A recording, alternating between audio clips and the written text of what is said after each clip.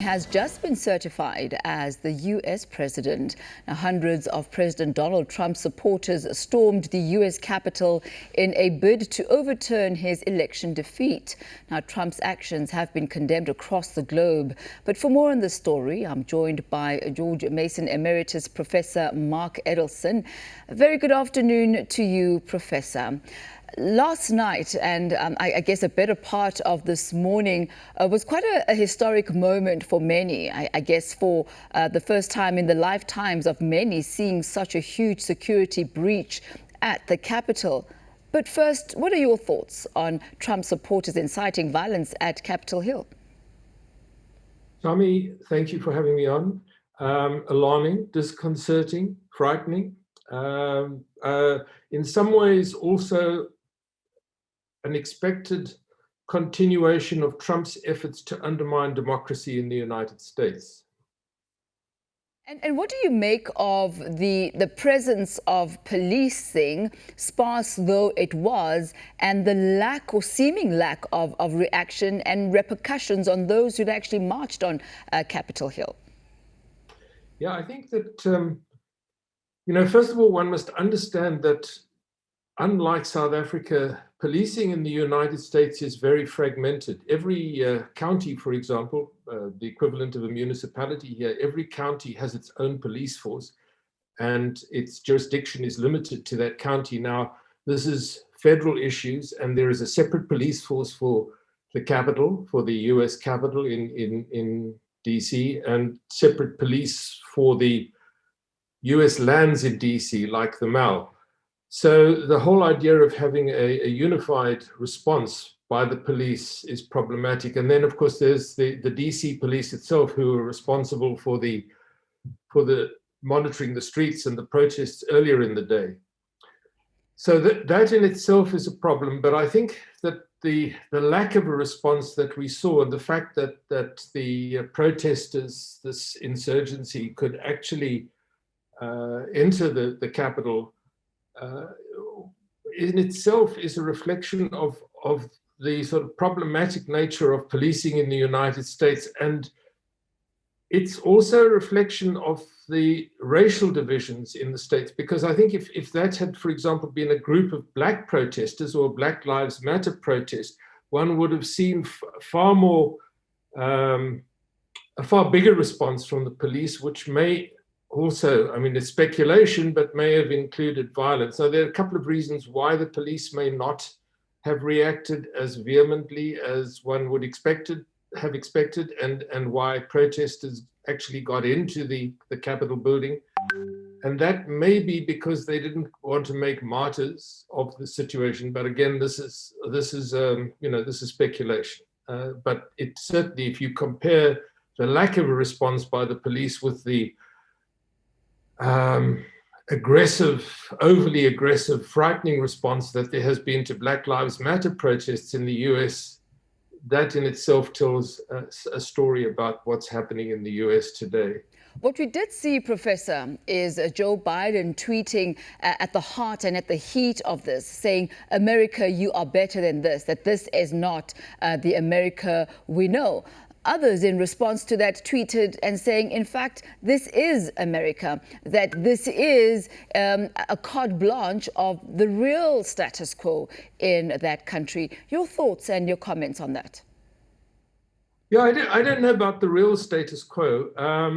Trump, of course, has a very loyal, difficult to explain, but loyal base that consists of probably about 40% of the American electorate. There is, and has, sort of historically, there has been a strong right-wing movement in the United States.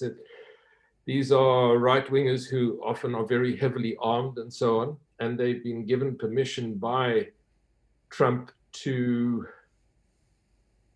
do the sorts of things that they were doing. I think they're ready to do these things. The right wing is often ready to do these things, and Trump gave them permission. Whether this is the real United States is difficult to say. Certainly the US today is a very divided country, and the politicians are playing into these divisions. They're not their approach is not what's good for America, but on both sides of the aisle, both Democrats and Republicans, but much more so on the Republican side.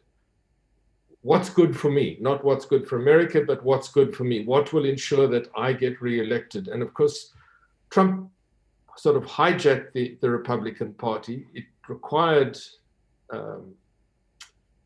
the support of, or at least the tacit support of politicians for him in the Republican Party to do this. But the divisions that are now apparent have been developing for quite a long period of time, one might say decades.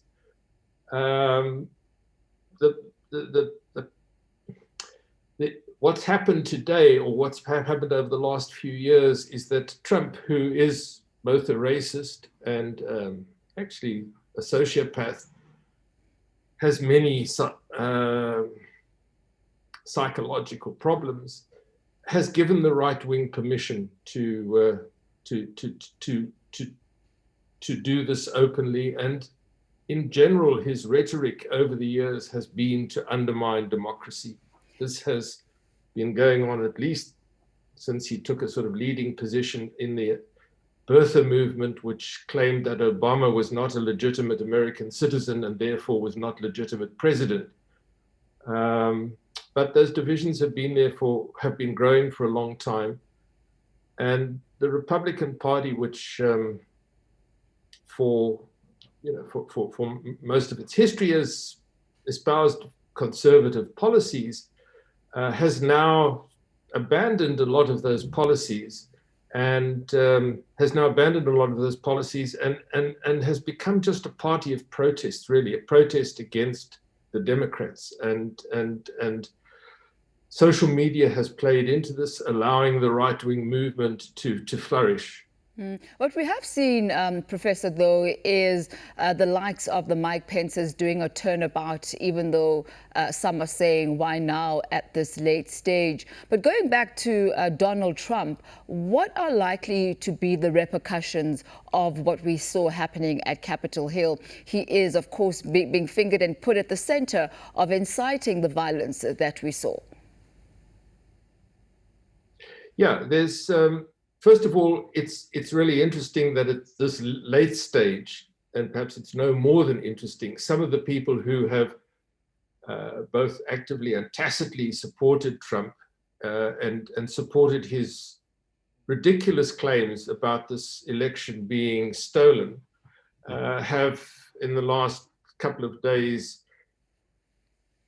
become seen some sanity, perhaps have developed a bit of spine, a bit of backbone.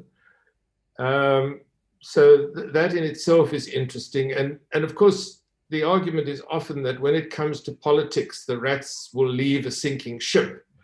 And perhaps some people have seen the end of the Trump administration now as a sinking ship, that while Trump was president, they wanted to support him, he could do things for them. His base was important. They wanted to appeal to the base, that sort of thing. What will become of Trump is very unclear. I mean, he claims that he wants to run again in 4 years' time. He will presumably have a platform, a number of platforms to continue to appeal to the right wing. Whether he will be powerful or not, I think, is an open question. I mean, he is now an old man. I don't think he's a healthy man, although he claims to be. And I would be very surprised if he's in a state of health in a few years where he actually can run for election again, which is a very demanding, physically demanding process. But he can be a spoiler, and he received about 70 million votes. So there are people out there who listen to him, who hang on every word. The problem is that the question is, what sort of platform will he be given to speak to the American public? What sort of platforms? The right-wing news media, the right-wing television stations and radio stations have been very much open to having him, and one presumes they will continue to be. But Whether the Republican Party itself may act to shut him down somewhat, I'm not sure, because I think he's now seen as a liability. After all, Georgia, in the Senate election yesterday, Georgia, the Republicans lost the 2 seats to Democrats, which now gives the Democrats a majority in both houses and a president. And this is bad for the Republicans, and one can blame a lot of it on Trump. So the question is how much airtime, how much television time will he be given?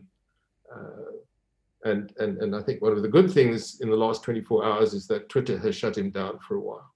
And before I let you go, what do you think of former President Obama's statement that this riot will indeed go down in history as, he says, a moment of great dishonor and shame? Will this indeed be the legacy of this moment, in your view?